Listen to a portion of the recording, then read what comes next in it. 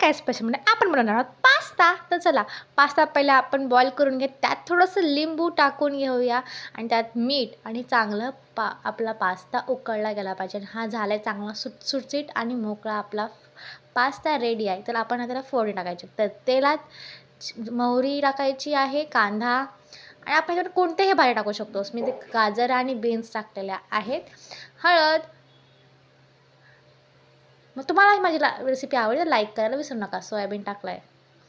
त्यात coriander powder.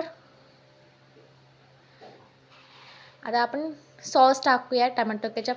तुम्ही याच्यामध्ये सोया सॉस पण टाकू शकता. मी ते फक्त टोमॅटो केचप टाकलेलं आहे. मीठ. आपण ह्याच्यात मीठ टाकलं आहे तर लक्षात ठेवा कसं मीठ टाकायचं. किचन किंग मसाला. लाईक करायला विसरू नका. चॅनलला सबस्क्राईब करा आणि आवडल्यास म्हणजे क्विक अँड इझी रेसिपी. आता हा आपला पास्ता रेडी आहे. सर्व करायला घेऊया.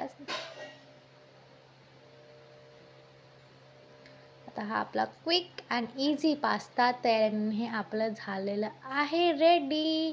तर आज काय स्पेशलची ही रेसिपी तुम्हाला आवडली असेल तर लाईक, शेअर, सबस्क्राईब आणि कमेंट करायला विसरू नका.